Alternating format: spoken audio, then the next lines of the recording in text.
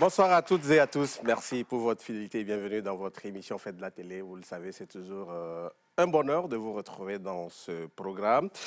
Et aujourd'hui, de très bons sujets pour vous, mesdames, messieurs. Plafonnement des frais de scolarité dans les établissements d'enseignement privé, utopie ou réalité, on va en parler dans quelques instants. Et le port obligatoire du casque par les passagers des engins à deux roues, une mesure déjà dans les habitudes des Togolais, on va en parler. Et justement pour le faire, nous allons recevoir sur le fauteuil rouge pour vous le colonel Yaovi Okpaoul. Il est le directeur général de la police nationale.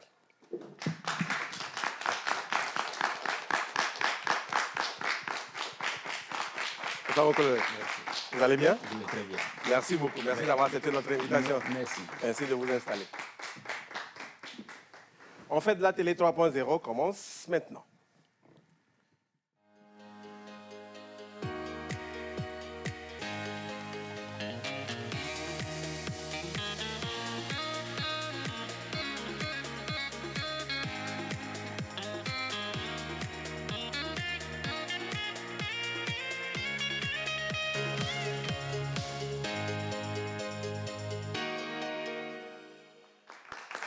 Encore une fois, bonsoir et merci d'être là, mesdames, messieurs. On fait de la télé 3.0 commence avec Luc, Samuel et notre invité, sans oublier bien naturellement le public qui nous fait le plaisir de nous accompagner cet après-midi. Luc, bonsoir. Bonsoir, ma gloire. Ça va? Ça va. Très va, bien. Ça va. OK. Tu nous racontes un peu ton week-end. Voilà. Si on doit le résumer en 2 mots. Tranquille et calme comme d'habitude. Très bien. Et... Sans pression. Non, je le sais, sans pression. Et le nouveau venu? Bon, allez. Félicitations. Sinon, félicitations. Sinon, félicitations. Allez, très bien. Samuel, bonsoir. Oui, bonsoir, ma gloire. Luc, bonsoir. Oui, ça va. OK. On peut faire que ça. Non. Bon, en tout cas. Ce que je sais, c'est que je ne sais rien. D'accord. Oui, ça va toi? Oui, je vais bien, Très super bien. Je rends grâce à Dieu. Dimanche tranquille, vous savez, le tout premier dimanche du mois, un mois de bénédiction. Merci de le rappeler. Ouais, donc. Ah oui. J'étais à l'église d'ailleurs ce matin, donc OK. tranquille et ça va quoi. D'accord. Merci. Allez, super. Et avec nous sur ce plateau, le colonel Yaovi Okpaoul, directeur général de la police nationale. Bonsoir. Bonsoir, monsieur Magloire. Vous allez bien? Je vais très bien. Merci beaucoup d'être là. Merci à vous également de m'avoir invité ici. Mais, en tout cas, c'est vraiment un honneur de vous recevoir sur ce plateau. Merci beaucoup. Merci. On démarre. Vous êtes là, vous, ou pas? Bon, voilà. Super. Allez. Merci. Et le tout premier sujet nous amène dans les écoles. Vous le savez, la rentrée prochaine, c'est dans quelques jours. On ne va plus parler de semaines, hein, et ça va très, très vite. On parle de plafonnement des frais de scolarité, surtout dans les établissements d'enseignement privé. Une utopie ou une réalité? D'abord, Samuel nous plante le décor et puis derrière, on en parle. On revient.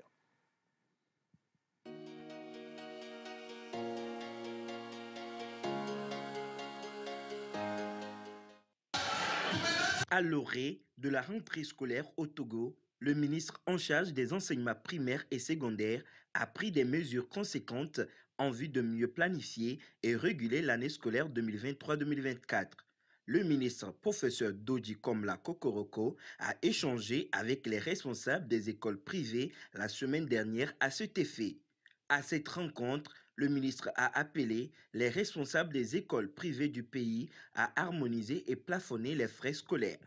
Les échanges ont donc essentiellement porté sur l'augmentation irrationnelle des frais de scolarité constatée dans certains établissements privés laïques. Après discussion, les promoteurs se sont engagés à aller à l'harmonisation et au plafonnement des frais scolaires en fonction des zones pédagogiques, ce qui permettra d'éviter le surenchère et soulager les parents d'élèves. Cette rencontre visait également à discuter des défis de l'année scolaire à venir dont la rentrée est fixée au 18 septembre prochain. Occasion de revenir sur la fermeture de certains établissements scolaires privés. Pour le ministère, les établissements qualifiés de clandestins constituent une menace pour la qualité de l'éducation et l'avenir des élèves qui y sont inscrits. Plusieurs dispositions sont d'ailleurs en train d'être prises pour renforcer davantage le niveau d'éducation offert aux élèves togolais. Les promoteurs vont-ils respecter cette mesure? Quelle incidence cette mesure aura sur les conditions d'études des élèves? Magloire et ses chroniqueurs donnent leur avis. Voilà, juste des avis, on va dire. Luc, euh, la mesure, elle est là, on va dire. Oui, Elle t'inspire quoi, déjà? je trouve que c'est une très bonne mesure parce que les prix ont flambé Mm. ou les frais ont flambé depuis l'année dernière, Mhm. quand il y a eu la décision de surseoir désormais les cours de répétition payants. Les prix ont flambé, les gens choisi délibérément ou se sont dit il serait mieux de mettre les coûts des frais de répétition sur les frais de scolarité. C'est ce qui a fait que les prix ont flambé dans beaucoup d'écoles.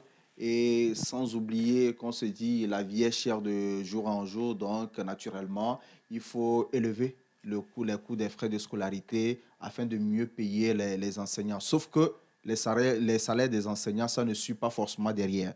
Donc, je crois que c'est une très belle décision de vouloir stabiliser les coûts pour que ça soit aussi supportable au niveau de chaque citoyen. Donc, à la base, la mesure, elle est la bienvenue, Oui, mais est-ce oui. que les établissements, effectivement, vont s'aligner? Je crois que les établissements n'ont pas le choix. Les établissements n'ont pas le choix. Ça serait un peu difficile parce que nous connaissons des écoles ou des établissements où le coût est vraiment élevé. Mais en Surtout même qu'elles ne temps, vivent pas les mêmes réalités. oui, Mm. en même temps, on comprend que ce ne sont pas des établissements destinés à n'importe qui, à n'importe quel élève. Ah oui. Il y a des établissements où vous-même, vous savez que vous avez les moyens, vous envoyez votre enfant. Vous n'avez pas les moyens, vous revenez, on fait EPP ensemble. Voilà, c'est aussi simple comme bonjour. Si on doit suivre la logique de Luc, on a le choix. Sinon, les parents d'élèves ont le choix. Oui. Ils ont le choix justement, mais sauf que parfois, ce qu'on oublie, et les établissements publics, aujourd'hui, quoi qu'on dise, il faut dire que l'arrivée des établissements privés, sinon la création des établissements privés, ont quand même, hein, en tout cas, subventionné à ce manque-là qu'on a au niveau des établissements publics. Parce que par rapport au nombre, lorsque vous arrivez dans une classe, dans un établissement public, vous voyez le nombre qui est là et maintenant vous posez la question, est-ce que vraiment les cours qui passent, ça passe avec le nombre là? Donc parfois, c'est ce qui fait que certains parents décident d'envoyer leurs enfants dans les écoles privées. Alors je reviens par rapport à la mesure. À la mesure, c'est vrai, la mesure est là. Mais lorsque je prends par exemple un fondateur d'école, il n'y a pas que les salaires. Luc parlait des salaires tout de suite. Il n'y a pas que des salaires des enseignants. Lorsque vous prenez tout ce qui est ressources humaines, au-delà du salaire, il y a également il faut comment le dire, il faut payer les factures, il y a les bancs, il y a plusieurs choses en fait qui suivent derrière. Donc plafonner le prix aujourd'hui, bon d'accord, la mesure elle est là, mais si les fondateurs le font, est-ce qu'ils pourront s'en sortir? C'est la question que je me pose en fait. Je crois, c'est comme créer un établissement d'enseignement privé, c'est investir. C'est une entreprise d'abord. Quoi qu'on dise, c'est d'abord une entreprise. Et avant de créer votre entreprise, c'est que vous avez un business plan. Et vous avez pris le temps de mesurer, de savoir où est-ce que vous pouvez réussir, où est-ce que vous pouvez échouer. Et un établissement ne se lève pas sur un coup de tête pour créer un établissement d'enseignement privé. Et l'autorité qui vient demander que les prix soient régulés s'y connaît aussi. N'oublions pas que c'est le ministère de tutelle. Donc, le ministère s'y connaît. Si on demande à un moment donné de plafonner, c'est parce qu'on a constaté que les gens exagèrent par rapport à ce qui est demandé. C'est vrai, on dit il n'y a pas d'argent, il n'y a pas d'argent, mais tout le monde a envie aujourd'hui d'envoyer son enfant dans un établissement d'enseignement privé parce qu'on se dit, OK, au niveau des publics, surtout que tout est quasiment gratuit aujourd'hui, il y a assez de monde et dans une salle où vous avez peut-être 100 enfants, ça devient une jungle où l'enfant doit batailler dur pour s'en sortir, pour d'abord recevoir le cours, retenir et s'en sortir. Même si... Et puis, peut-être pour éclairer aussi la lanterne de ceux qui nous suivent, le plafonnement prend en compte les zones. Oui, voilà. bien sûr, bien sûr. Par exemple, à Lomé, on va s'efforcer à ce que toutes les écoles qui sont à Lomé s'entendent sur un coût. Voilà. Maintenant, les coûts qui sont peut-être à Lomé ne seront pas les mêmes que peut-être au niveau de Palimé, au niveau d'Atapamé, etc. Maintenant, je parlais tantôt du nombre pléthorique au niveau des écoles publiques. Des efforts sont faits, oui, des salles de classe sont en train d'être construites et tout ça pour désengorger.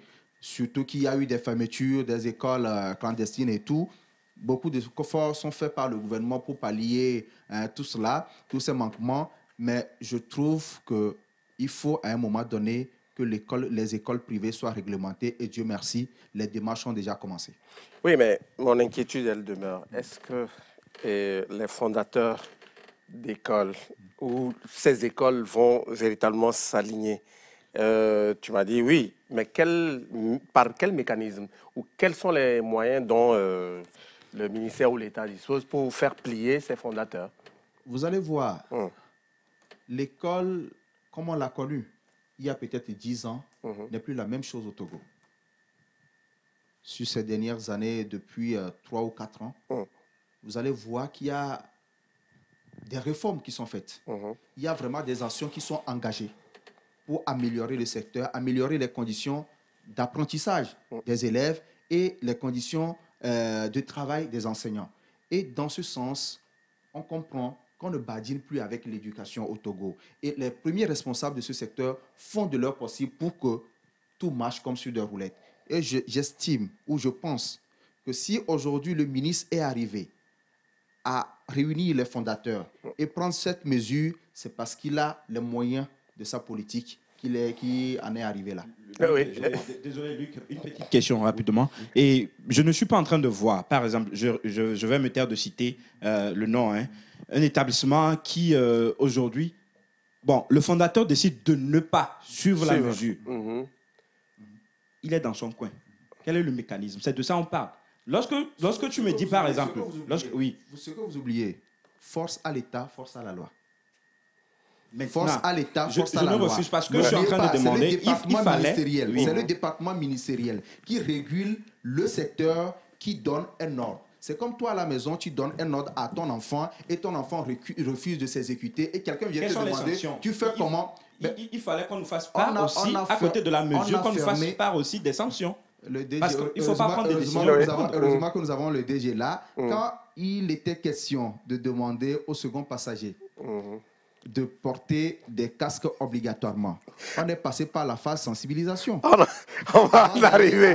Oui, mais est-ce que c'est la même situation, Luc? Vous ne pouvez pas arriver en même temps avec le bâton. Oui, mais il faut sensibiliser les gens, leur faire comprendre la raison qui sous-tend cette décision. Ce ne sont pas les mêmes situations ici, sachant que les gens ont investi. Oui. Ce qu'on oublie, il y a un aspect qu'on oublie. Déjà, on nous a parlé de zone. Oui, parce que déjà l'augmentation, puisqu'on a eu vent du fait que les fondateurs veulent augmenter les frais pour pouvoir faire face aussi au SMIC qui a augmenté entre-temps. Voilà. Donc, ça va être un peu difficile. C'est vrai qu'on dit que c'est un soulagement pour les parents d'élèves, mais de l'autre côté, nos frères là qui sont dans le domaine de l'enseignement, qu'est-ce qu'eux ils vont gagner? Si aujourd'hui, avec ce qu'ils ont déjà compris, ils n'ont pas pu respecter, bon, du moins s'ils n'ont pas pu payer les gens sur le SMIC qui a augmenté et qu'on plafonne encore les prix, je me demande s'ils pourront leur payer. Au même moment, les gens crient. Je suis parfaitement d'accord avec vous sur cette inquiétude. C'est une inquiétude que moi-même j'ai partagée. Mais en même temps, je dis ceci. En tant que parent. Pas encore en tant que parent. Pas encore en tant que parent. En tant que parent d'élève. En tant que grand frère d'élève. Okay. Mais je dis ceci. Je dis ceci. Comme je l'ai déjà souligné, l'autorité qui prend la décision n'a pas pris la décision sur un coup de tête. Ce genre de décisions sont souvent très mûries. Il y a des spécialistes, ce sont des spécialistes du domaine. Ils prennent le temps de mûrir la décision, de voir la faisabilité avant d'aller à l'applicabilité. Maintenant, quand on considère les établissements, les établissements sont de différents niveaux. Il y a des établissements à caractère international où vous n'allez pas leur demander de ramener peut-être les frais de scolarité de 1 million à 100 000 francs. Ce sont des plafonnements raisonnables. Je ne sais pas si vous me comprenez. Ce sont des plafonnements raisonnables et je crois que ce qu'on va leur demander, ça ne serait pas de l'eau à boire, de la mer à boire plutôt, mais ça serait un truc raisonnable où chacun va se retrouver là-dedans. Très bien. On va poser la même question à notre invité, colonel Yahweh Okbaoul. Vous êtes parent d'élèves, pas fondateur d'école. Bon, Non, allez. je suis parent d'élève. Parent d'élèves. Cette mesure, elle vous inspire. Vous pensez quoi, fondamentalement? C'est une mesure, à mon avis, très salutaire. Parce que c'est quand même un domaine qui mérite d'être contrôlé Oui. à partir d'un certain temps. Parce que les choses allaient dans toutes les dimensions. Les créateurs sont libres de fixer le prix qu'ils veulent sans tenir compte des exigences, sans pour autant faire voir aussi leurs obligations vis-à-vis de l'enseignement, des enseignants comme de l'établissement lui-même. Et donc, les prix sont, pour ainsi dire, fixés suivant des critères qu'on ne sait pas. Donc, c'est très bienvenu de pouvoir rentrer dans ce domaine et de fixer des plafonds. Et comme vous l'avez dit, des plafonds qui, bien entendu, vont suivre certaines exigences. Le ministre a bien mesuré la portée de ce qu'il veut prendre comme décision avant d'en venir. Et comme je ne vais pas aller trop vite en besogne, mais il est a priori sûr que lorsqu'on met des règles, lorsqu'on crée des règles, les moyens pour faire appliquer ces règles ne manquent pas généralement. Très bien. Donc on attend de voir que la règle soit d'abord bien créée suivant les régions et ensuite les moyens de faire appliquer ces règles viendront. Bon, sachant que quelquefois il y a des mesures qui sont prises, mais bon, derrière l'applicabilité a posé problème. On ne va pas les citer, mais bon, on en connaît. Mais on espère. Il y a des exceptions. Bon, si tu veux bien. Bon, allez, peut-être pour conclure, on va quand même pour les parents d'élèves que nous sommes, c'est quand même une mesure salutaire. Mais maintenant, derrière, il faut se donner les moyens de faire appliquer la règle.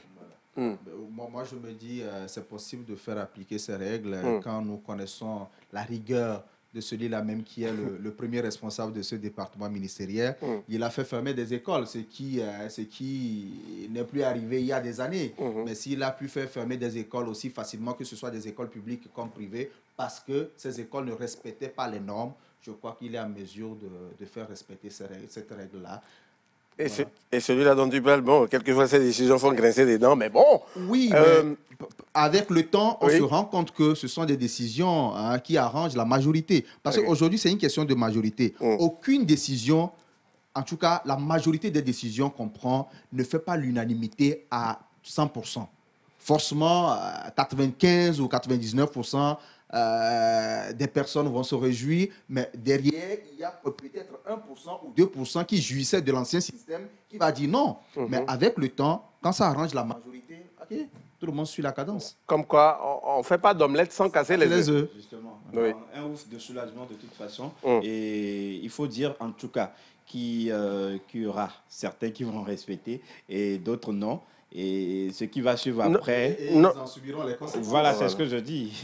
Ce qui va suivre après, donc, bon, voilà, il faudrait que chacun aille dans la même logique. Peut-être avant en tout cas, de refermer ce dossier, saluer le fait quand même que pour une fois, oui, le ministre a échangé avec les acteurs, en tout cas concernés.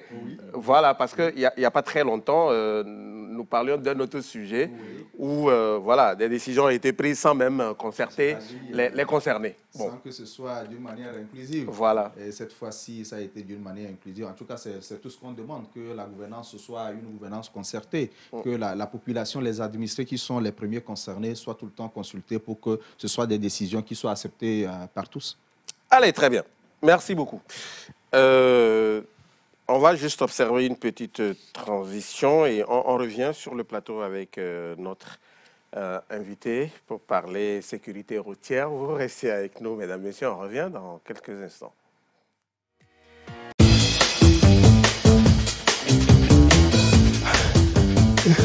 Ah, mais t'es déjà fatigué, toi?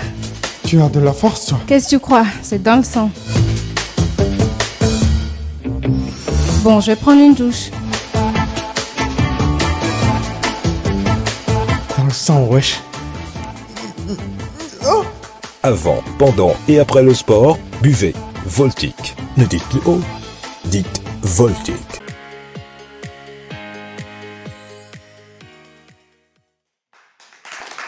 Voilà, retour sur le plateau avec la même équipe et notre invité sur le fauteuil, le colonel Yaovi Okpaoul, directeur général de la police nationale.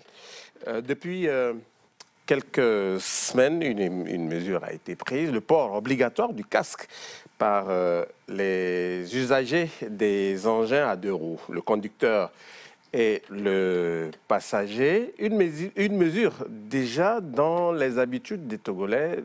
Samuel nous plante le décor et puis on en parle avec notre invité. Le défaut de port de casque par les passagers des engins à deux ou à trois roues est désormais sanctionné au Togo. La police nationale a démarré le lundi 28 août dernier la phase répressive de cette mesure après 2 semaines d'intense sensibilisation sur les routes.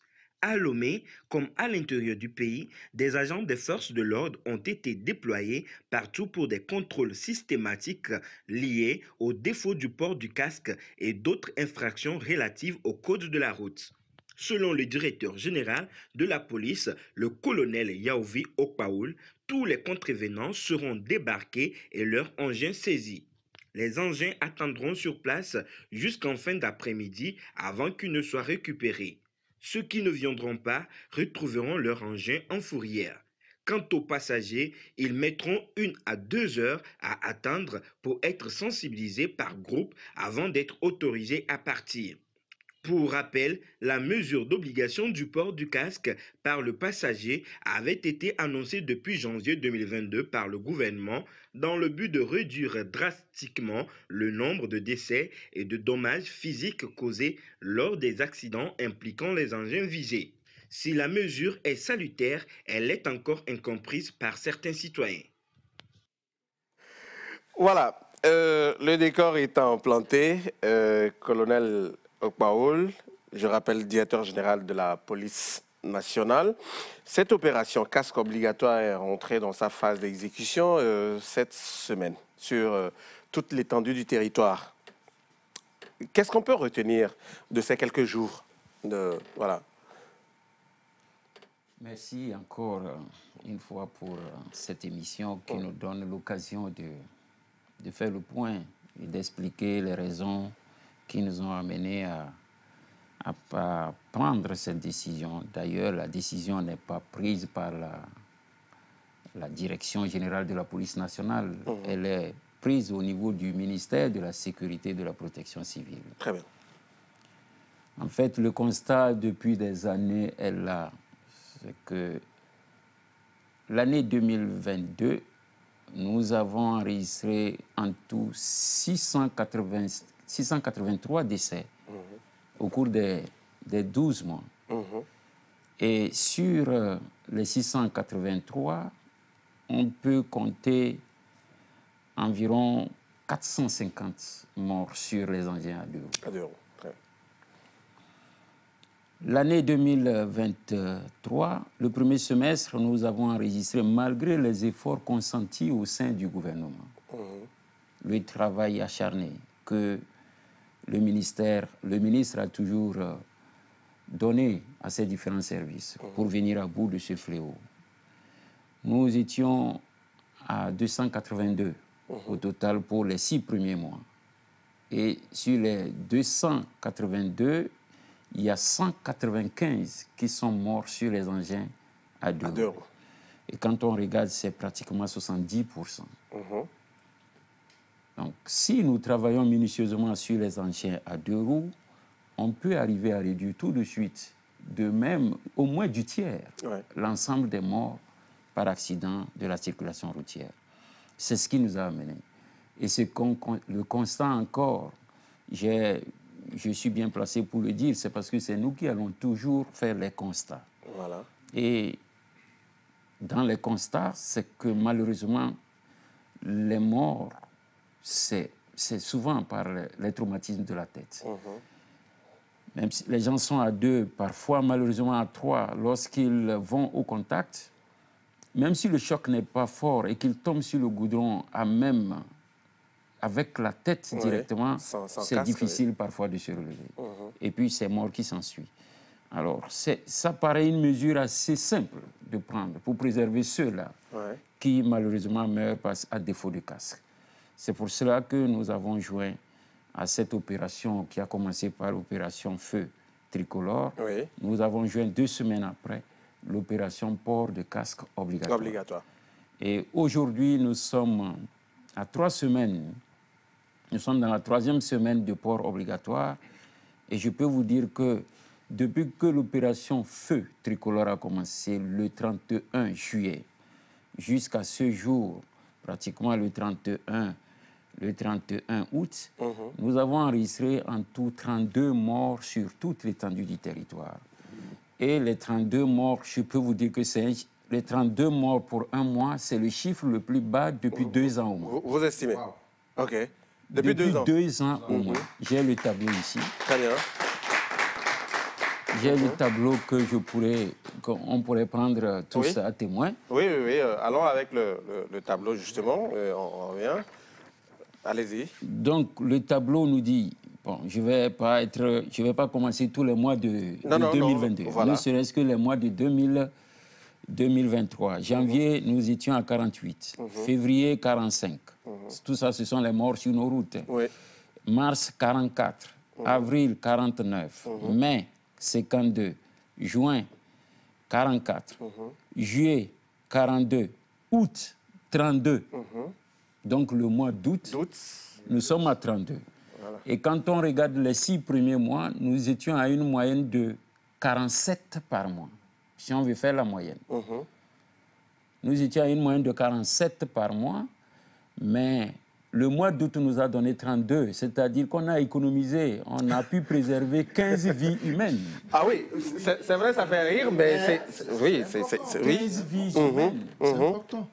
D'où seraient-elles ces pertes de vie humaines? Donc, malheureusement, une famille ne peut pas savoir que parmi ces 15-là, si ces mesures n'étaient pas prises, un de ses membres pourrait tomber.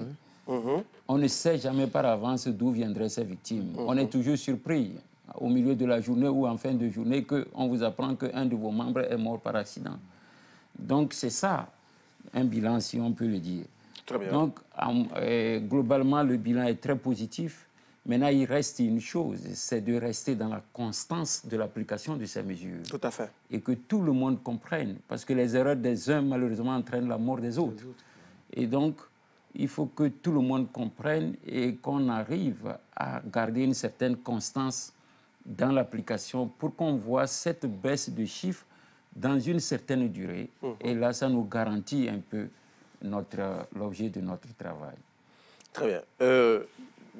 C'est vrai que le port du casque, quand on observe ce qui se passe dans la circulation, c'est vrai qu'il y a en tout cas un respect à certains niveaux. Qu'en est-il des feux tricolores? Est-ce que vous avez quand même le sentiment que les usagers respectent justement les feux tricolores?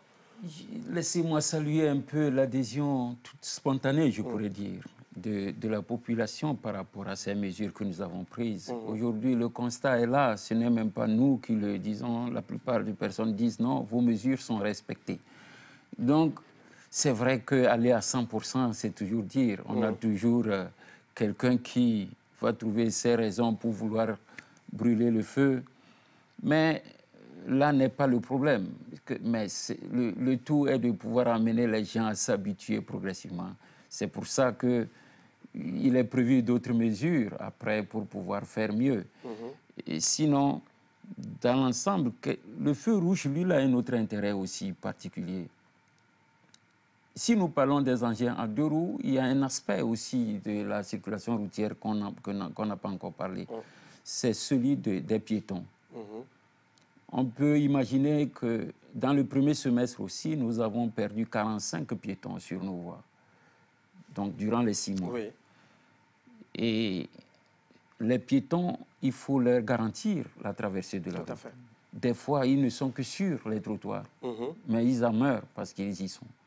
Et pourquoi les feux rouges ont une autre utilité, c'est que Lorsque vous prenez les grandes agglomérations, si les gens respectent minutieusement les feux, c'est qu'il se crée des vides par endroits où un piéton peut pouvoir traverser la route. Ouais. Mais lorsque vous observez nos routes et mettez-vous à un endroit X seulement et attendez aussi longtemps que vous pouvez attendre pour voir si vous aurez la sérénité de pouvoir traverser la route. Et surtout lorsque vous avez une canne, par exemple. C'est de l'enfer. Donc, malheureusement, c'est la situation que vivent les piétons. Et donc, en insistant que les gens fassent des efforts pour respecter les feux tricolores, c'est que, ça protège les piétons. Tout à fait. Et donc, les morts aussi de ces piétons va diminuer tout de suite. Et puis, n'oublions pas que dans nos carrefours, il arrive malheureusement que, même dans le rond-point, pendant que quelqu'un lui l'a attendu au moins 1 minute pour voir le feu vert s'allumer et démarrer, l'autre ne veut pas perdre la seconde. Donc, il file et il vient, il y a télescopage au milieu du goudron, au milieu du carrefour. Et c'est des morts aussi qu'on enregistre là. Donc, c'est là un problème majeur aussi. Et puis, ça fait vraiment désordre de voir les gens dans un carrefour, tout le monde passe sans, alors qu'il y a des feux. Donc, là aussi, les feux, c'est vraiment un système. Mais je peux dire que je salue vraiment aussi l'adhésion. Les gens ont spontanément, ils se sont, disons, voués à la cause et ils respectent maintenant les feux. J'invite ceux qui tardent à respecter de le faire. À rentrer dans les rangs. Bon, allez, très bien. Parlant, en tout cas, vous l'avez dit plusieurs fois, vous avez salué l'adhésion de la population à ces mesures. Mais quand on prend le port obligatoire du casque, on a constaté quand même que dans certaines localités, ça n'a pas été... en tout cas, la mesure n'a pas été bien reçue. Et il y a eu des mouvements. D'abord, peut-être avant de vous laisser réagir par rapport à cette préoccupation, Samuel nous rappelle ce qui s'est passé dans ces localités et puis on revient. Le port du casque est désormais une obligation pour tout conducteur d'engin à 2 roues ainsi que leurs passagers sur toute l'étendue du territoire national. Après des mois de sensibilisation, les forces de sécurité sont passées à un contrôle plus actif cette semaine. Cette mesure initiée par le ministère de la Sécurité et de la Protection civile passe mal dans certaines zones du territoire. À Kara, la situation a rapidement dégénéré car la population semble ne pas vouloir se conformer au port obligatoire de casque. Des affrontements ont donc éclaté entre les usagers de la route et les forces de l'ordre. La tension était palpable et les échanges étaient agités dans tous les sens. Les réactions de la foule sont variées. Certains estiment qu'ils n'ont pas de quoi manger et qu'on leur exige de payer un casque qui coûte un peu cher, c'en est de trop. Cette décision semble impopulaire. Cependant, il est très important de souligner que le port obligatoire du casque vise avant tout à assurer la sécurité des conducteurs et des passagers sur les routes. Voilà. Colonel. Oui. Ce sujet vous inspire quoi?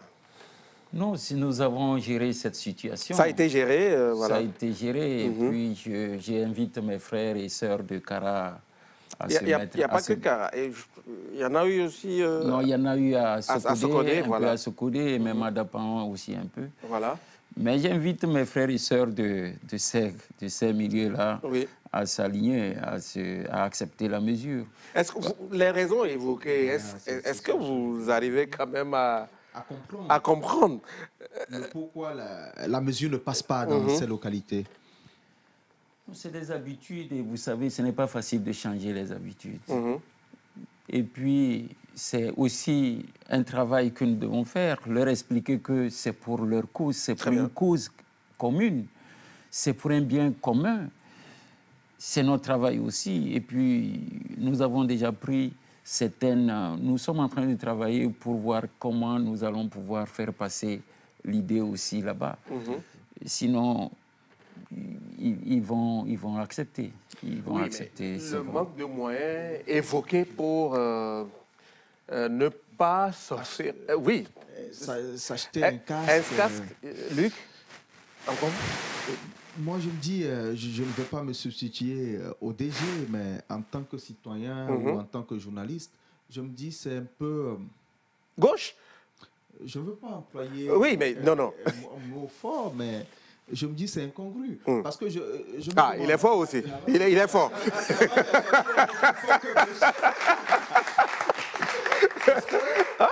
Comment est-ce que vous pouvez comprendre que quelqu'un refuse d'acheter un casque à 7 000 francs? Oui, la vie est chère. La personne refuse d'acheter un casque à 7 000 francs. Mais est prête à venir dépenser des centaines de mille pour un traumatisme crânien au CHU Tocoin. Et là, s'il a la chance de trouver de la place à la réanimation, s'il a de la chance de trouver l'un des rares spécialistes au Togo sur place, s'il a la chance de trouver... Et s'il a la chance que le scanner marche. Non, maintenant le scanner marche. Non, attention. Maintenant le scanner marche. OK. Maintenant le scanner marche. Maintenant le scanner marche. OK. Le scanner marche. Mais encore faut-il que tu trouves de la place et que l'un des rares spécialistes disponibles soit présent ou soit dans la ville pour te soigner. Et encore faut-il que tes parents aient les moyens à débourser. Parce que quand on parle de traumatisme crânien, ce n'est pas une question de... Ça coûte seulement les ordonnances. Ça coûte seulement les ordonnances à cause de 7 000 francs. Ah oui. Vous pouvez vous casser le pied. Ça va se réparer en 1 ou 2 mois. Tout de suite, vous allez récupérer. Mais la tête, on ne blague pas avec. La tête, on ne blague pas avec. En réalité, je suis très attristé quand je vois les gens, c'est en présent ou quand on aperçoit le policier de loin, qu'on se permet de sortir le casque. Non, il faut que le policier soit toujours derrière pour... Pas plus tard que le mercredi, je disais ça à une dame. Tu ne mets pas le casque pour le policier, non. Le policier, lui, il est toujours protégé. Tu ne mets pas le casque pour le policier, non. Mais tu mets le casque pour ta vie, pour ta famille, pour tes enfants. Tout à fait. Pour ton mari, pour ta femme. C'est pour ces personnes, c'est pour toutes ces personnes que nous avons l'obligation de nous protéger. Tout à fait. Les feux tricolores que nous violons, nous ne les violons pas pour le policier qui est là, non. Non. Quand nous violons ces règles élémentaires de la vie, c'est que nous-mêmes, nous acceptons nous amener à la morgue facilement, gratuitement. Non, oui. Justement, je pense que c'est cette compréhension-là, il manque du côté de la population. Le travail, il est fait, la sensibilisation, ça passe, mais il manque cette compréhension-là. Les gens, ils pensent que lorsqu'ils le font, c'est pour le policier qui est là et au-delà. Maintenant, à l'intérieur du pays, mon colonel, j'ai envie de savoir, est-ce que vous avez voulu travailler ou collaborer avec les collectivités locales qui sont là et pour mieux, parce que eux, au moins, ils sont proches. Je ne dis pas que vous n'êtes pas proche de la population, mais ils sont encore plus proches de la population pour faire passer le message. Est-ce qu'il y a cette collaboration entre eux et vous? Mais oui, nous faisons la même chose. Nous sommes... Il faut reconnaître qu'à l'intérieur, c'est d'ailleurs assez fondamental. Si vous n'allez pas réussir le travail si vous n'êtes pas en collaboration avec les responsables locaux. Parce que là, il y a une certaine proximité qui est très réelle. Et lorsque, à ces différentes localités, il s'est posé un tout petit incident, on a appelé tout de suite soit les responsables des taxis-motos, soit par exemple le préfet, soit d'autres responsables de la jeunesse qui nous ont aidés à ramener quand même une certaine raison dans la compréhension. Et puis, il y a un aspect que je dirais aussi intéressant. Lorsque ces mesures apparaissent, il y a une catégorie qui pense que c'est des mesures qui sont faites contre eux. Ce sont les taxis-motos, par exemple. Parce qu'eux, souvent, ils sont organisés. Dans les villes, il y a un chef. Mais ils se disent concernés, seuls concernés de cette mesure. Alors, qu'est-ce qu'ils disent? Ce qu'ils oublient, c'est que ce qui, malheureusement, tombe et qui fait extrêmement mal, c'est beaucoup plus les enseignants. Par exemple, des nouveaux enseignants, par exemple. Un agriculteur qui a eu une bonne récolte et qui s'est acheté une moto. Peut-être un menuisier, un maçon qui a eu de bons chantiers, qui veut s'offrir une moto. et qui malheureusement n'est pas très habitué à la moto. C'est lui qui, étant sur une voie, il veut aller un peu trop vite, il ne prend pas l'ensemble des mesures nécessaires et puis le moindre choc, c'est que vous ne pouvez plus le récupérer. Ceux-là aussi sont là. Ils sont d'ailleurs plus nombreux dans une région que les mototaxis. Donc ces mesures s'adressent aussi à eux. Si ceux-là qui sont des taxis-motos ont une certaine maîtrise de leur moto, ce n'est pas la même chose pour tout le monde. Donc, je les invite d'ailleurs à nous aider à sensibiliser les autres aussi, parce que ils sont témoins, parce qu'ils parcourent bien souvent leur région, ils sont témoins des accidents regrettables qu'ils voient. Donc, qu'ils nous aident, au contraire, à sensibiliser, à amener tout le monde à l'application de ces mesures. Très bien. Peut-être sur un autre plan, depuis que cette mesure a été prise, on a constaté aussi la spéculation au niveau des prix, hein, des casques et autres. Est-ce qu'il n'y a pas un mécanisme à ce niveau pour forcer les concessionnaires, les importateurs de motos à fournir deux casques? Oui. Comme ça se faisait dans le Bon, est-ce que ça se fait? Oui, dès le début, Okay. c'est ce qui se faisait. Voilà, parce que... C'est ce qui se faisait. Est-ce que vous échangez, parce que ces importateurs sont connus? Non, je dirais que cette mesure aujourd'hui n'est plus seulement du ressort de la police nationale. Le gouvernement même a pris à bras le corps cette mesure. Déjà que c'est lancé par le ministre de la Sécurité et de la Protection civile. Il y a eu un travail qui s'est fait au niveau interministériel et puis ça a été étudié. Que faire? Et puis je crois, il y a, sans aller vite à l'affirmation, je crois que nous tendons vers là. Il y a des mesures qui sont prises pour que les concessionnaires livrent désormais des motos. Mais ce n'est pas le lieu de l'affirmer ici. Attendons de voir aussi. C'est une mesure. Attendons de voir son application. Comme on a parlé des écoles. Oui, Luc. Oui, je voulais dire, le DG a parlé tantôt de nos papas, de nos grands frères, de nos petits frères qui se permettent d'acheter les motos et a dit aussi que les taxis-motos sont souvent habitués, mais en même temps, aujourd'hui, c'est un métier entre griffes ouvert à tout le monde. Parce que je me dis, je sais aller à moto, j'achète une moto tout de suite et je commence par transporter les gens en désordre comme quoi je suis Z-man. Ce n'est plus réglementé comme dès le début. Ce qui fait qu'on retrouve un peu n'importe qui vient dans ce corps de métier. Et souvent, ce sont les gens-là qui causent des accidents parce qu'ils ne roulent pas bien. À un moment donné, est-ce que la sensibilisation se passe très bien à leur niveau? Est-ce que vous arrivez à rencontrer les vrais responsables de cette taxi-moto, à discuter avec eux et avoir des séances de travail avec l'ensemble des groupes de taxi-moto? Oui, à Dapaon, par exemple, il y a eu une réunion avec ce groupe. Il y a encore des syndicats oui, les syndicats tout ça, nous travaillons au contact avec eux. Et puis je pense qu'il n'y a pas lieu d'avoir de désespérer. Je pense pour ma part que c'est des étapes. Comme à Lomé, je me dis que à Lomé, ça a commencé par le respect des feux tricolores. Donc, quand vous prenez certaines villes, les feux tricolores, il y en a combien? Donc, on ne voit pas assez de policiers.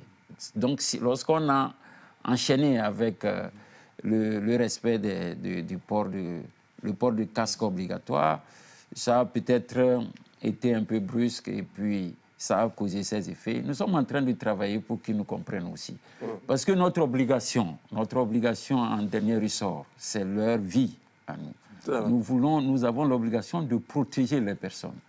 Donc, pour nous, lorsqu'on va au constat et que des gens meurent pour les simples choses, ça fait mal. Et c'est cette obligation que l'État nous a confiée de faire tout pour que les gens respectent le minimum de mesures basiques pour protéger les individus les usagers de la circulation routière. OK.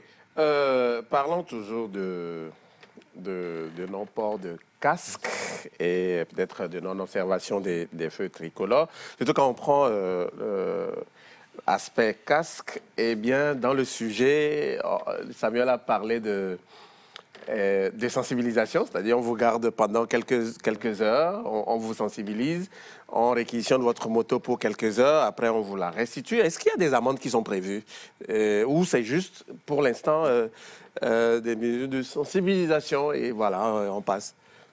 Oui, pour l'instant, c'est des sensibilisations. D'accord. Et déjà, on veut bien que il y a là le désir et le sentiment, la mission pour nous de changer des comportements. Donc les amendes ont ce défaut que lorsque la personne tient les 5 000, il veut vous payer rapidement pour partir. Ah oui. Donc, mais lorsque vous retenez la personne pour 1 heure, des fois ça lui fait très mal. Des fois, voilà. Donc, et puis, il est où pendant les 1 heure? Il attend encore, on ne l'a pas encore libéré. Donc, il se sent un peu contraint. C'est des astreintes que les gens n'aiment pas. Donc, c'est ce que nous avons appelé la petite pénalité qui est enjointe aujourd'hui. Maintenant, les amendes, ça viendra vraiment loin après. Le sentiment n'est pas de faire de l'argent à l'État, loin s'en faut. L'État ne nous a pas missionné d'aller lui trouver de l'argent, mais c'est de protéger ses citoyens. Et c'est le rôle, là, c'est la mission là, qui est la nôtre. Et c'est nous qui sommes comptables des gens qui meurent. OK. OK. Oui? D'où la casquette de protection civile accordée à votre département ministériel. Maintenant, je me demande aussi, est-ce que parfois l'indulgence de vos agents ne conduit pas les usagers à continuer par rester dans l'irrespect du code de la route? L'indulgence, oui. Donc, on revient au même sujet. L'indulgence, et puis lorsque vous êtes trop dur aussi, ça casse. C'est un peu, malheureusement. Non, nous avons des principes. Il faut être rigoureux, mais courtois. La courtoisie n'est pas l'indulgence. Lorsque vous avez un agent qui est très respectueux des principes fondamentaux qui lui ont été enseignés, il a l'obligation d'être courtois, mais très ferme. Oui. Ce n'est pas... Courtois et très ferme, oui. On est d'accord. Donc, ça se différencie un peu de l'indulgence. Maintenant, je suis parfaitement... C'est vous qui le dites. Il n'est pas exclu que parmi tout ce groupe que nous avons, qu'il y ait des brebis galeuses. Donc, qu'on puisse trouver des gens qui se font les indulgents. Je n'ai pas voulu détailler le mot. Je n'ai pas voulu vraiment être explicite. Bon, mais allez. Si vous l'êtes, ça oui, vous va. Rapidement, nous avons senti un déploiement massif des agents de force de l'ordre partout dans les quartiers et tout. Et j'ai été, en tout cas, j'ai vécu une scène devant moi où il y avait, il y avait quatre agents, d'accord, à un carrefour. Il y avait 3 femmes. C'est des jeunes. C'est des jeunes. Oui, c'est des jeunes. Et vu que c'est des jeunes, il y avait 3 femmes et un monsieur. Il y a un conducteur de moto, naturellement, qui était avec un passager qui n'avait pas de casque. Et de loin, lorsqu'il les a aperçus déjà, quand la dame a demandé de s'arrêter, le gars a gazé. Il a accéléré. Il a accéléré, il est venu dépasser. Bon, quelque part, je me dis, est-ce que ces agents qui sont jeunes, qui viennent d'arriver sur le terrain, est-ce qu'il ne faut pas les accompagner avec eux? C'est vrai que dans certains carrefours, on voit un peu les anciens, mais là, ce que je viens de vivre... C'est les jeunes stagiaires. Je crois qu'il y a toujours des anciens qui... Normalement, je ne sais pas ce qu'il a vu, mais normalement... Vous pouvez trouver un ancien qui est dans un treillis neuf. Donc, vous pouvez avoir le pressentiment qu'ils sont tous vieux.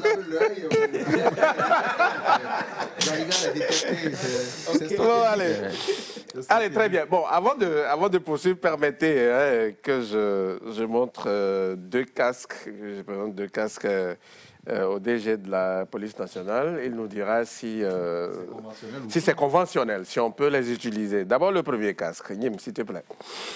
On peut l'utiliser ou pas? Consommons local. On peut le consommer local. Voilà. Lui, conventionnel ou pas? Il passe ou pas?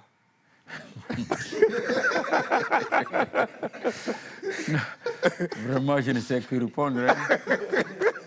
Non. Oui. À mon avis, non. Non. Très bien. Le second?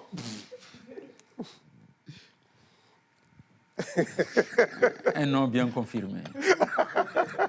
Bon, allez, juste pour rire, oui, mais naturellement, c'est pas possible. On ne peut pas les utiliser parce que ça ne protège. Au lieu que ça soit des objets de protection, c'est plutôt des objets qui peuvent être source de blessures pour la tête. Voilà. Ça fait rire, mais au-delà de ça, il y a aussi certains qui n'utilisent pas forcément ces gens. Oui, les casques de chantier. Oui, oui, voilà. Pas tout, en fait, qui ne protègent pas tout. où tu vas voir les gens mettre les casques et ne pas ceinturer. Mais autant ne pas le mettre. Voilà. Parce que dès qu'il y a un incident, ça oui, tombe. déjà, les casques de chantier, oui. Il y a non, les beaucoup casques de chantier ne sont pas autorisés. Parce que ce n'est pas les mêmes risques Voilà. qu'un chantier. Maintenant, un chantier, oui, mais si un usager arrive vous savez, à un point de contrôle et qu'il arbore ce casque, quelle sera l'attitude de l'agent qui est sur place? Aujourd'hui, je reviens à notre ami qui parle d'indulgence. Par exemple, aujourd'hui où le sentiment, déjà il faut amener l'usager à porter le casque. Si pour satisfaire ce sentiment qu'il veut porter un casque, il est avec un casque de chantier, bon, l'agent va fermer les yeux. Mais ça n'ira pas loin. Ça n'ira pas loin. C'est-à-dire que lorsque tout va prendre, on va commencer par s'érier. On va dire non, ce casque n'est pas réglementaire. Je vais profiter de cette question pour aborder un autre aspect. C'est que des gens ont effectivement des casques, mais ils les tiennent. Oui. Ils les Au lieu de les porter. Lorsqu'ils s'approchent du feu, ils montent la tête pour regarder. S'ils voient des policiers, alors là, ils mettent rapidement le casque. Non, le casque, comme vous l'avez dit, ce n'est pas pour les policiers. Le casque, c'est pour lui-même. Donc, ça, il faut qu'on aille vrai. Et puis, des fois, ils portent le casque, ils ne veulent pas mettre le sangle. Le sangle, oui. Lorsque vous ne mettez pas le sangle, moindre choc, c'est que le casque va partir vous laisser. Donc, il faut que, si on veut porter le casque, il faut le porter réglementairement. Ça, c'est très important aussi. Très bien. Avec vous, on a vu les chiffres. Et pour ce mois d'août, en tout cas pour le mois d'août, c'est vrai, il y a eu baisse. Mais est-ce que vous avez quand même le sentiment que ces mesures sont suffisantes pour réduire drastiquement la courbe des accidents dans notre pays? Ces mesures à elles seules ne sont pas, je ne peux pas dire suffisantes. Il y a par exemple le respect de la distance de sécurité en cours de la circulation, le respect de la vitesse. Il ne faut pas faire les excès de vitesse. Et puis, par exemple, le port de la ceinture de sécurité aussi, ça fait partie des mesures.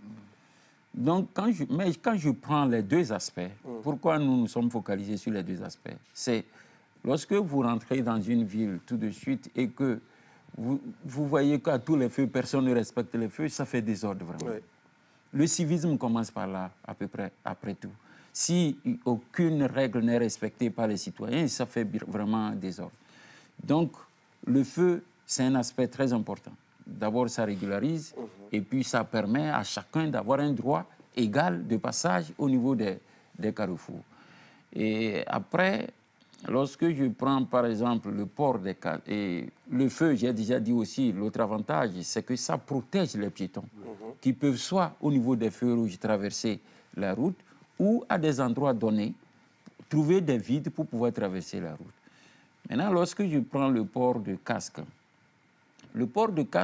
lui, il répond à un autre sentiment. Vous savez, le ministère de la Sécurité et son programme numéro 2, dont j'ai la charge, dont je suis le premier responsable, a un indicateur de performance.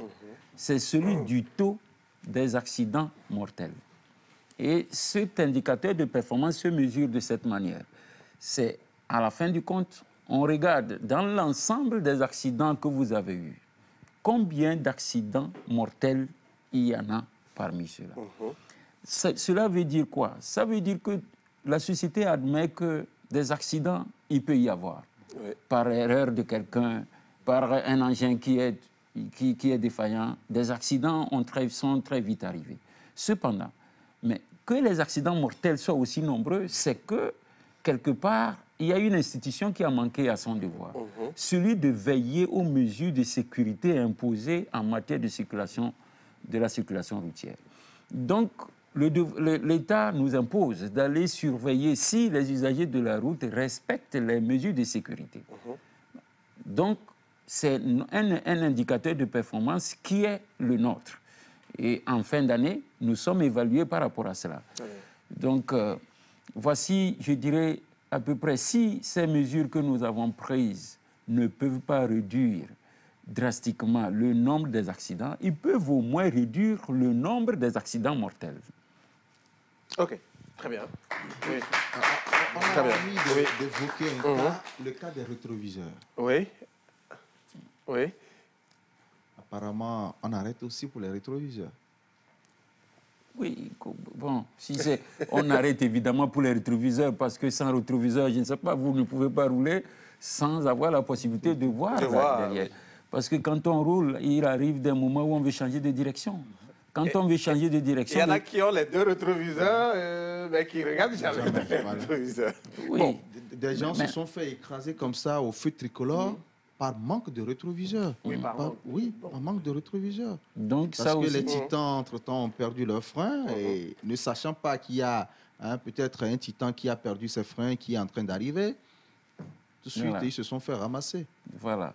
Donc ça fait partie, c'est des outils qui sont faits pour aider dans la circulation. Lorsque vous manquez ces outils, vous pouvez être à l'origine d'un accident qui va être, même si c'est un accident simple, il peut, et puis on en a eu sur le boulevard de la Sud, on en compte, Oui, tous les pratiquement tous les plusieurs. jours. Ouais. Parce que les gens, il veut changer de direction, s'il a son rétroviseur et qu'il n'a pas regardé, c'est une chose. Des fois, il n'en a pas. Il n'en a pas, oui.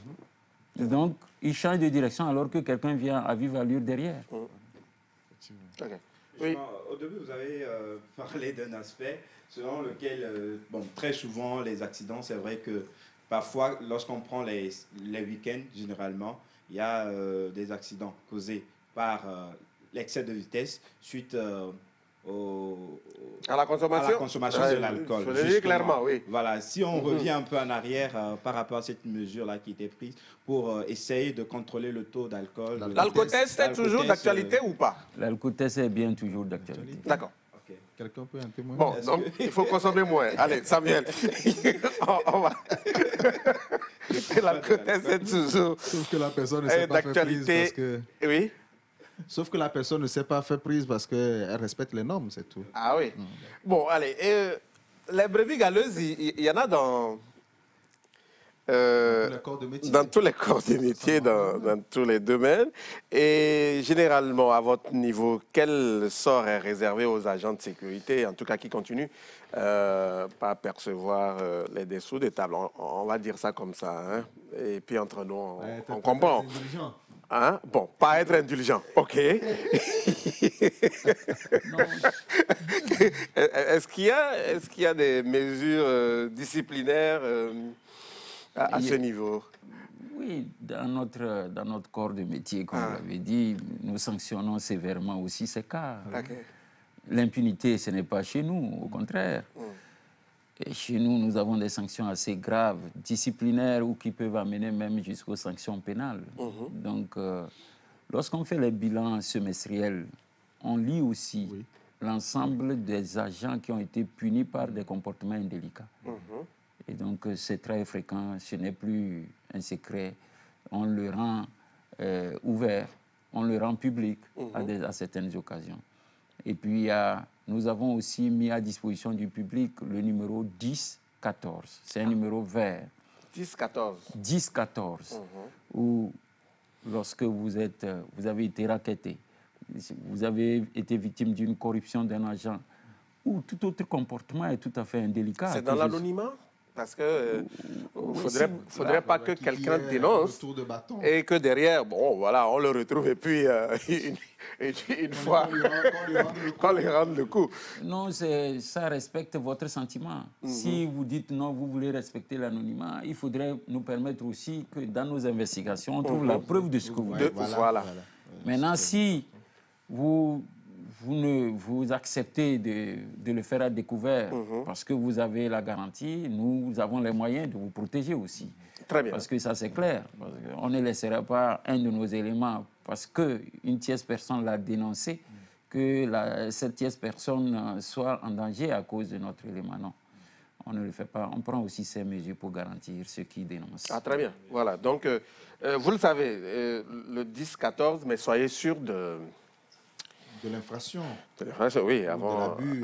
Oui, de l'abus, justement, avant d'appeler ce numéro. Parce que, bon, si derrière on vérifie et que. Voilà, bon. Oui. Luc? Oui, je crois que c'est bon. Satisfait? Oui. Ah, pour une fois. Bon, ok. Je vois. Samuel? Voilà, je reviens un peu.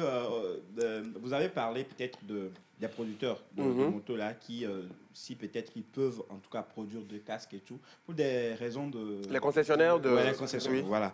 Pour des raisons sanitaires, je me pose une question. Moi, je me dis, il faudrait que chacun ait son casque. C'est mieux qu'un taximan, en tout cas. Conducteur de taxi-moto vous propose. Bon, allez, vous propose voilà, pour des raisons sanitaires. C'est bien. Bon, il y en a qui ont leur casque et quand ils sortent, voilà, ils les ont. Bon. Colonel Okpaol, je rappelle, vous êtes le directeur général de la police nationale. Vous allez permettre, une fois n'est pas coutume, nos amis qui sont avec nous sont aussi des usagers de la route. Nous tous, voilà, s'ils ont des questions. Voilà, donc on va le faire. On n'a pas l'habitude de le faire dans cette émission, mais aujourd'hui, on va vous permettre, les amis. Et je commence avec mon gars bien stylé.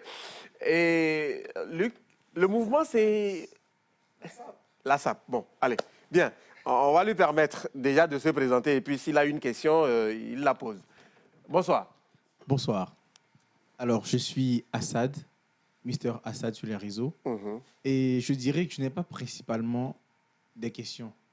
Mais j'aimerais plutôt ajouter quelque chose. Ok, allez-y. On va dire un élément de réponse ou un apport par rapport à ce que Samuel vient de dire.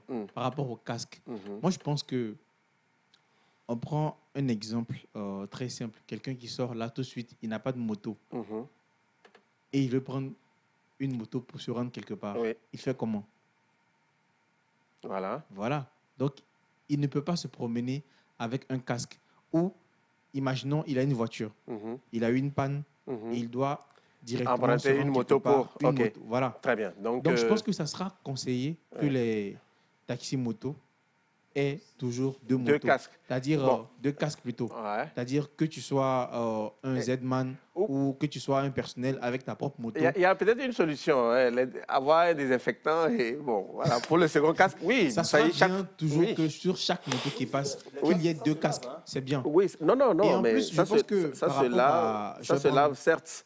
Mais dans la journée, il ne faut pas à chaque fois laver son casque. Mais dernièrement, mettre des sachets sur la tête. Oui, justement, c'est des solutions. Oui, voilà, pour éviter. C'est quelque chose, en fait, c'est jetable, en fait.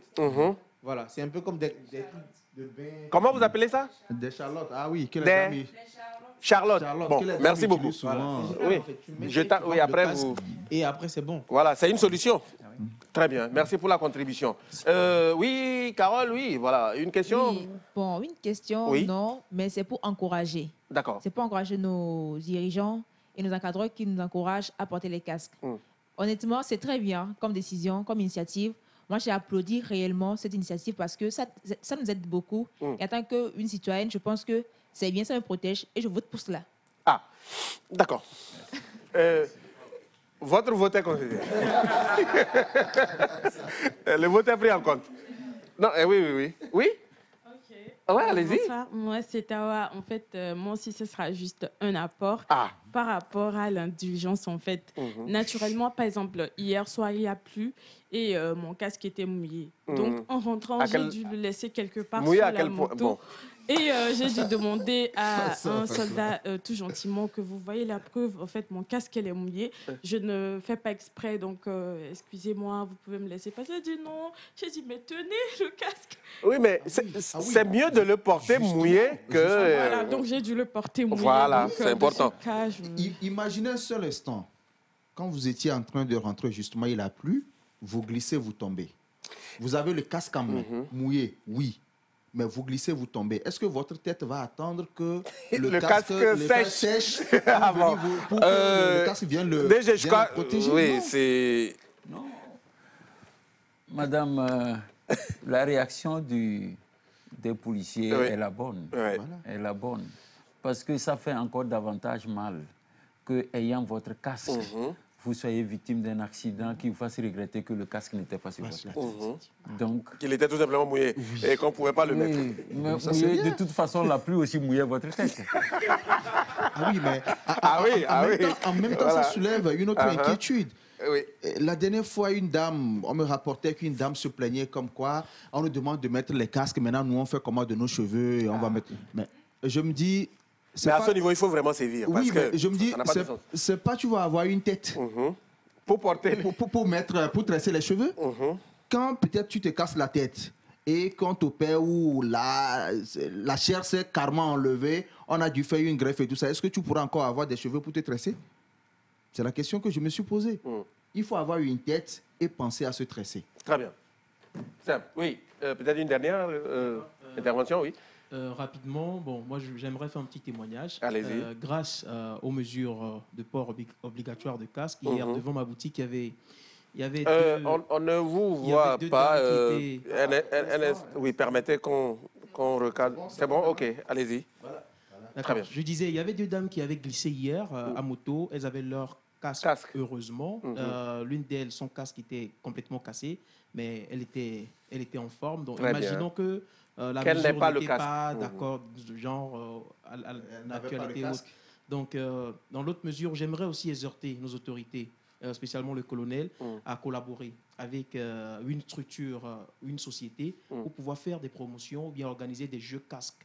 Et ces jeux casques, ils peuvent le faire après la phase sensibilisation, pour que la population sache que le gouvernement a un budget. Ils ont voté 1000 casques, 2000 casques. Et dans ces jeux tombola, tu peux gagner un casque. Et là, vous savez que bon, vous allez gagner un casque dans ces jeux. Et lorsque vous n'avez pas de casque en circulation, là, vous allez sentir aussi la répression. Donc, c'est un peu ça. Allez, très bien. Merci. Notez.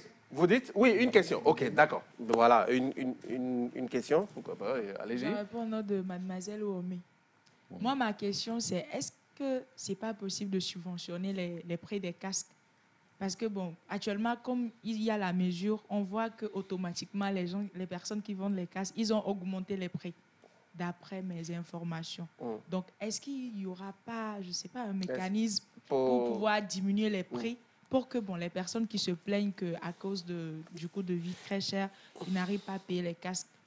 Est-ce que c'est possible de trouver une solution à ce problème-là aussi? C'est possible de subventionner. Bon, allez. Ça, c'est des choses qui sont revenues plusieurs fois. Moi, en réalité, c'est que nous travaillons au contraire sur cette inflation du prix des casques. Nous avons mis des gens pour surveiller.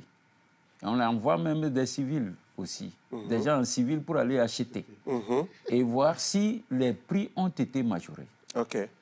Si quelqu'un vient à tomber dedans, c'est l'occasion de l'annoncer. Je devais le garder au secret, mais il vaut mieux les avertir en même temps. Si on découvre que quelqu'un est en train de spéculer les prix, il est passible de la rigueur. Il sera... puni conformément. Il sera puni conformément à la loi. Donc, nous travaillons plutôt pour que les casques gardent leur prix. Et puis, si des gens achètent des casques, ils savent que ces casques étaient à 5 000, mais ici, on leur a vendu ça à 7 000 ou à 8 000, ils peuvent aussi nous signaler. Toujours sur le 10-14? Toujours sur le 10-14. Ça nous permettra d'interpeller les gens. Maintenant, c'est tout ce que nous pouvons faire pour garantir la sérénité. Allez, merci beaucoup pour ces différentes interventions. Luc, Samuel, je crois que c'est bon. C'est l'une des rares fois où nous sommes unanimes sur des mesures prises par l'autorité. Parce qu'au-delà de tout, c'est la sécurité de chaque individu, parce que la vie de chaque individu compte pour le développement de la nation. Très bien. Tu l'as dit, c'est vrai. Allez, merci beaucoup. Colonel Yaoui Okpaol, nous arrivons au terme de cet entretien. En tout cas, très riche. Merci à vous d'être venus sur ce plateau. Et maintenant, par quel message vous aimeriez bien conclure cet entretien? Déjà, permettez-moi à cette occasion de dire merci à toute cette population qui est en train de suivre. On sait que tout changement n'est pas facile à mener lorsqu'il s'agit d'une grande société comme la nôtre. Mais nous avons une réussite. Aujourd'hui, quelqu'un appréciait déjà le taux de réussite à près de 90%, ce qui nous semble assez raisonnable. Maintenant que nos compatriotes comprennent que nous allons nous tuer pour leur protection. Très bien. Nous sommes là et c'est le contribuable qui nous paye, comme eux-mêmes le disent, et nous sommes là pour les protéger. Et tout ce qui va dans le sens de la protection, quel que soit ce que nous subissons, y compris si nous lançons des pierres, nous allons œuvrer pour leur protection. Nous sommes ensemble. Nous sommes ensemble, qu'ils comprennent, qu'ils sachent que ces mesures sont faites pour le bien commun. Parce que quand on perd des valides personnes à des niveaux de la vie qui laissent leurs parents à la maison, c'est toute une famille qui tombe dans la désolation. Donc qu'on s'accepte mutuellement dans cette tranche. Ça ne sera pas chose facile, mais nous sommes déjà presque à bout. Il suffit que ceux qui tardent à nous comprendre traversent cette étape. Et ensemble, on va faire chemin ensemble. On ne va pas se tirailler. C'est le bien pour nous tous, c'est le bien pour notre peuple et c'est le bien aussi pour notre État. Merci. C'est à peu près ce que j'ai à dire et ensuite vous remercier pour l'occasion que vous me donnez de nous expliquer sur ce plateau. Merci. Et de donner un peu un résultat, les objets qui nous ont amenés à pouvoir rentrer dans ces opérations. Merci beaucoup à vous. Merci beaucoup.